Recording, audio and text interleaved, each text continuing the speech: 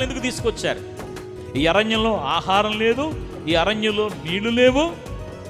ఏమండి, చవిసారము లేని ఈ ఆహారం, ఏమంటే ఆహారం లేదన్నాడు, మరి అక్కడ ఆహారం ఉంది కదా. కానీ ఆ ఆహారంలో ఏమీ లేదంట, చవిసారం లేదంట, ఉప్పు కారాలు లేవంట.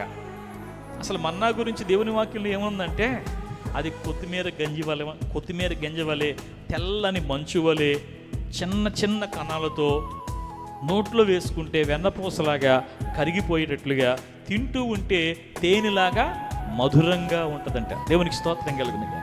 అది శ్రేష్టమైన ఆహారమని, అది దేవదూతల ఆహారమని వాక్యం చెప్తూ ఉంది. అలాంటి ఆహారాన్ని పట్టుకుని వీరేమన్నారంటే, చవిసారం లేని ఈ ఆహారం మాకు అసహ్యం అని అంటున్నారు. ఇప్పుడు దేవుని వాక్యం కూడా మన్నాతో పోల్చబడింది.